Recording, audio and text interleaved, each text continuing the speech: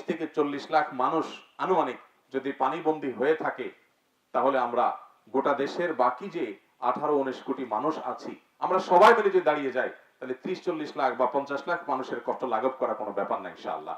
আল্লাহ আমাকে যতদিন বাঁচিয়ে রেখেছেন, আমি যেখানেই থাকবো আমি মানুষ উপকার করব। আমাদের আসুন্নাহ ফাউন্ডেশনের টিম রাত দিন তারা খাটছে, কষ্ট করছে। যে দুর্যোগ আমরা এখন পার করছি, এই দুর্যোগ বিগত 2-1 যুগের মধ্যে হয়েছে কিনা সন্দেহ। বিশেষ করে 22-এর যে বন্যা ছিল, সিলেটের সর্বগ্রাসী বন্যা, চলমান যে বন্যা পরিস্থিতি, সেটি সেই বন্যার ভয়াবহতাকেও ছাড়িয়ে গেছে। আপনারা দেখেছেন সোশ্যাল মিডিয়ার কল্যাণে যে কিভাবে ঘরবাড়িগুলো ডুবে শেষ হয়ে গেছে। ফেনী শহরের ভেতরে পর্যন্ত গলা পরিমাণ, কোথাও কোথাও মাথা পরিমাণ পানি শহরের ভেতরে। অনেক বিল্ডিং এর নিচতলা ডুবে গেছে, দোতলাতে পানি চলে এসেছে। আবার অনেক ভবনে নিচতলা ছাদ ছুঁই ছুঁই করছে পানিতে। এটা ফেনী শহরের কোন কোন জায়গায় হয়েছে। আর সেখানে নিচু এলাকা যেগুলো, সেগুলোর অবস্থা কতটা ভয়াবহ হতে পারে সেটা কল্পনার অতীত। আমরা ভয়াবহতা এখনো দেখতে পাচ্ছি না, কারণ আপনারা জানেন সেখানে ইন্টারনেট সেবা ব্যাহত হয়েছে এবং বেশিরভাগ জায়গায় বিদ্যুৎ নাই, যার কারণে পুরো চিত্রটা এখন আমাদের সামনে ফুটে উঠছে না। পুরো চিত্রটা যদি আমাদের সামনে ফুটে উঠে, তাহলে হয়তো আমাদের জন্য ঠিক থাকাটা কঠিন থেকে কঠিনতর হয়ে যাবে। আমরা আমাদের যে পরিশ্রম সাধ্য কাজগুলো আছে, কাজগুলোর ফাঁকে ফাঁকে আল্লাহ রাব্বুল আলামিনের কাছে অন্তঃস্থল থেকে একবার নিষ্ঠার সাথে, আমার আপন ভাই, আমার বাবা, আমার মা, তারা যদি আজকে বিপদে পড়তেন, আমি যেরকম ব্যাকুল থাকতাম, আমি যেরকম অস্থির থাকতাম, আমার যে মনোবেদনা হতো, ঠিক সেই মানসিকতা নিয়ে আমরা আমাদের রবের কাছে অন্তঃস্থল থেকে দোয়া নিবেদন করবো ইনশাআল্লাহ। ইমানদারের সাথে অন্য ধর্মাবলম্বীদের পার্থক্যের জায়গাটা হলো, আমরা দুই ভাবে চেষ্টা করতে পারি। একটা হলো যে আমার বাহ্যিক যে প্রচেষ্টা আছে, অর্থ দিয়ে, শ্রম দিয়ে, সময় দিয়ে, সেটা আমি করতে পারছি। আরেকটা হলো আরশের মালিকের কাছে দুহাত প্রসারিত করে আমি প্রার্থনা করছি। আমার মূল শক্তির জায়গা সেটি। তার পাশাপাশি আমার এটা প্লাস হবে। আল্লাহর প্রতি যারা বিশ্বাসী না, তারা এই সুযোগটা থেকে বঞ্চিত হয়। অতএব আমি আপনাদেরকে উদাত্ত আহ্বান করতে চাই, বিপন্ন মানুষের জন্য আমাদের একান্ত সময়ে আমরা একটু নিরিবিলি হলেও আল্লাহ তাআলার কাছে দোয়া নিবেদন করবো। আল্লাহ আমাদের সবাইকে সে তৌফিক দান করুন। প্রিয় ভাইরা আমার, ফেনীতে, কুমিল্লাতে, ব্রাহ্মণবাড়িয়া এবং চাঁদপুরের কিছু এলাকাতে, লক্ষ্মীপুরে, নোয়াখালীতে এবং চিটাগাং এর কিছু এলাকাতে যেভাবে বন্যা ছড়িয়ে পড়েছে, এবং গতকাল থেকে আপনারা জানেন যে সিলেটের অনেক এলাকাও প্লাবিত হয়েছে। এখানে আমাদের পুরো জাতির সম্মিলিতভাবে হাতে হাত, কাঁধে কাঁধ রেখে যদি আমরা সবাই চেষ্টা করি, তাহলে 30 থেকে 40 লাখ মানুষ আনুমানিক যদি পানিবন্দী হয়ে থাকে, তাহলে আমরা গোটা দেশের বাকি যে 18-19 কোটি মানুষ আছি, আমরা সবাই মিলে যদি দাঁড়িয়ে যাই, তাহলে 30-40 লাখ বা 50 লাখ মানুষের কষ্ট লাঘব করা কোনো ব্যাপার না ইনশাআল্লাহ। আপনারা যেভাবে কষ্ট করছেন, আমাদের আসুন্নাহ ফাউন্ডেশনের টিম রাত দিন তারা খাটছে, কষ্ট করছে। শুধু এই বন্যাতেই নয়, আপনারা জানেন যে কোনো দুর্যোগে আমরা চেষ্টা করি আমাদের সর্বোচ্চটুকু দেওয়ার। আমি আপনাদের কাছে একটা দোয়ার আহ্বান করি, সেটা হলো আপনারা সারা দেশের মানুষ আসুন্নাহ ফাউন্ডেশনকে যেরকম ভালোবাসা দিচ্ছেন, আপনাদের আস্থার কথা আপনারা জানান দিচ্ছেন, আপনাদের কাছে আমরা দোয়া চাই, আপনারা একটু আমাদের জন্য দোয়া করবেন। আপনাদের আস্থার অক্ষরে অক্ষরে যেন আমরা পরিপূর্ণ স্বাক্ষর রাখতে পারি, আল্লাহ যেন সেই তৌফিক আমাদেরকে দান করেন। আমরা যেন আপনাদের আস্থার মূল্য দিতে পারি, আমরা যেন প্রতিটা চাল, প্রতিটা ডাল, প্রতিটা টাকা, প্রতিটা পয়সাকে যথাযথভাবে ব্যয় করতে পারি।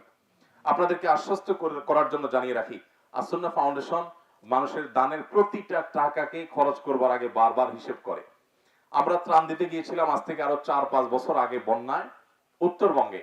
আমি, আমার সাথে ফাউন্ডেশন সেক্রেটারি সাব্বির, আমরা গাইবান্ধার একটা হোটেলে রাত্রি যাপন করব।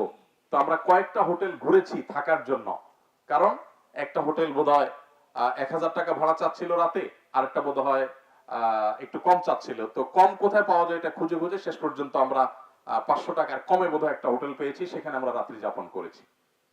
এই কথা বলার উদ্দেশ্য হলো যে আমরা ফাউন্ডেশনের টাকার প্রতিটা টাকাকে হিসেব করে খরচ করার চেষ্টা করি। ফাউন্ডেশনের টাকা, মানুষের দানের টাকা যেন অপচয় না হয়, অপাত্রে খরচ না হয়, বিলাসিতা যেন না হয়, সে চেষ্টা করি।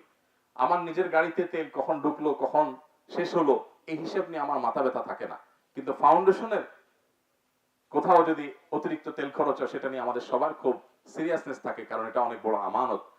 আমাদের সকল প্রচেষ্টা থাকা সত্ত্বেও প্রকৃত অর্থে আল্লাহ যদি তৌফিক দেন তখনই শুধুমাত্র এটাকে যথাযথভাবে করা সম্ভব হবে। আমি আপনাদের কাছে আবারও আহ্বান করি, আমাদের জন্য দোয়া করবেন। আসুন্নাহ ফাউন্ডেশন যেন এদেশের সর্বস্তর আপামর সাধারণ মানুষের ভরসার জায়গায় পরিণত হয় এবং এই ভরসাটা যেন আমরা ধরে রাখতে পারি। এই সমাজকে যেন আমরা আমাদের সাধ্যের সবটুকুন দিয়ে তাদের আস্থার বদলা এবং মূল্য দিতে পারি, সেই তৌফিক যেন আল্লাহ আমাদেরকে দান করেন। প্রিয় ভাইরা আমার, আমরা সেই ধর্মের অনুসারী যে ধর্ম মানুষের উপকার করবার জন্য আমাদেরকে নানাভাবে নির্দেশ করেছে। নবী করিম সাল্লাল্লাহু আলাইহি সাল্লাম বলেছেন, মাসালুল মুমিনিনা ফি তাওয়াদ্দিহিম ওয়া তারাহুমিহিম ওয়া তাআতুফিহিম কামাসালিল জাসাদ। একজন ঈমানদার অন্য সব ঈমানদারদের প্রতি তার ভালোবাসা, তার হৃদ্যতা, সহমর্মিতা, এই জায়গাটাতে একটা দেহের মতো আচরণ করবে। ইদাস্তাকা মিনহু উযবুন, একটা দেহের যেরকম একটা অঙ্গ যদি অসুস্থ হয়, একটা অঙ্গ যদি কষ্টে নিপতিত হয়, তাহলে পুরো শরীর সেটাকে ফিল করে, অনুভব করে। যদি পাও ভেঙে যায়, পায়ে ব্যথা পায়, পুরো শরীরে জ্বরে আক্রান্ত হয়ে যায়।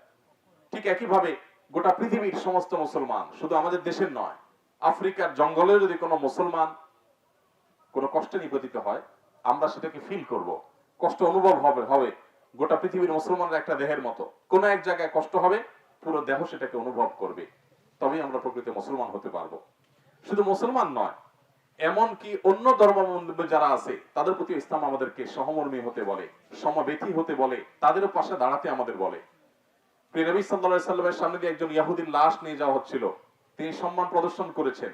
বলা হলো, হে আল্লাহর রাসূল, এটা তো একজন ইহুদির লাশ। তিনি বললেন যে, আলাইসাত নাফসা, ইহুদির লাশ হতে পারে, এই লাশটা কি কোনো মানুষ নয়? আমি কি তাকে সম্মান জানাবো না? আমরা সেই ধর্মের অনুসারী।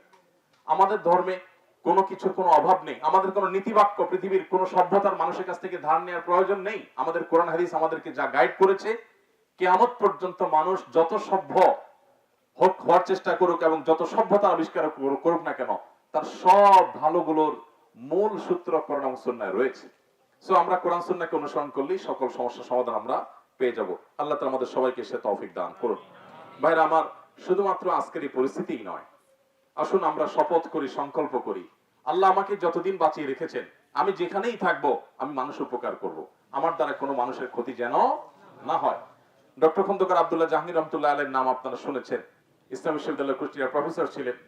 স্যার রাহিমাহুল্লাহ বলতেন, আমার সারা জীবনের যত গবেষণা, যত পড়াশোনা, দেশে বিদেশে ইসলামের উপরে যত আমার ডিগ্রি নেওয়া হয়েছে, ইসলামের উপরে আমি যে অধ্যাপনা করেছি, বিশ্ববিদ্যালয়ে পড়িয়েছি, আমার সারা জীবন ইসলাম নিয়ে পড়াশোনার নির্যাস আমি 2 লাইনে বলতে পারবো।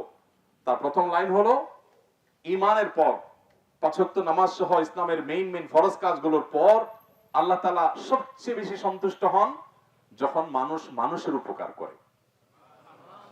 আর কুফরির পর, বড় বড় অপরাধ পাপাচারগুলোর পর আল্লাহ সবচেয়ে বেশি অসন্তুষ্ট হন যে কাজে, সেটা হলো কোনো মানুষ যখন কোনো মানুষের কষ্টের কারণ হয়।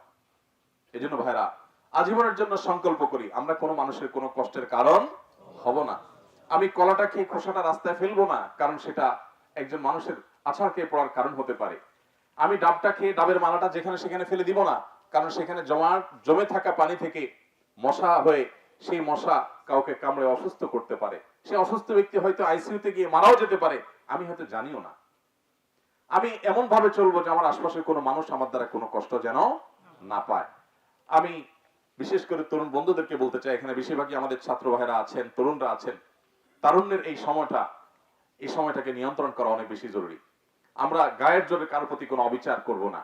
আমরা হয়তো কয়েকজন মিলে একটা শক্তি অনুভব করি, এই শক্তিটা আমরা ভালো কাজে ব্যয় করব, আমরা কোনো মন্দ কাজে ব্যয় করব না ইনশাআল্লাহ। আমরা ইনশাআল্লাহ আমাদের চেষ্টায় কোনো ত্রুটি করব না। আপনাদের প্রতি আমি কৃতজ্ঞতা জ্ঞাপন করছি, আপনারা যে কষ্ট করেছেন এই জন্য আল্লাহ আপনাদেরকে বিনিময় দান করবেন। আপনাদেরকে এখানে উপযুক্ত খাবার, পানীয় সবকিছু আমরা সরবরাহ করতে পারছি না, তারপরে আমরা যেটুকু চেষ্টা করছি সেটুকুর জন্য আল্লাহ তাআলা আমাদেরকে যেমন উত্তম বদলা দান করবেন, আমরা আশা করছি যে আপনারা যে সবর করছেন আল্লাহ তাআলা আপনাদেরকে উত্তম বদলা দান করবেন। আসুন্নাহ ফাউন্ডেশন, উম্মার স্বার্থে সুন্নাহর সাথে।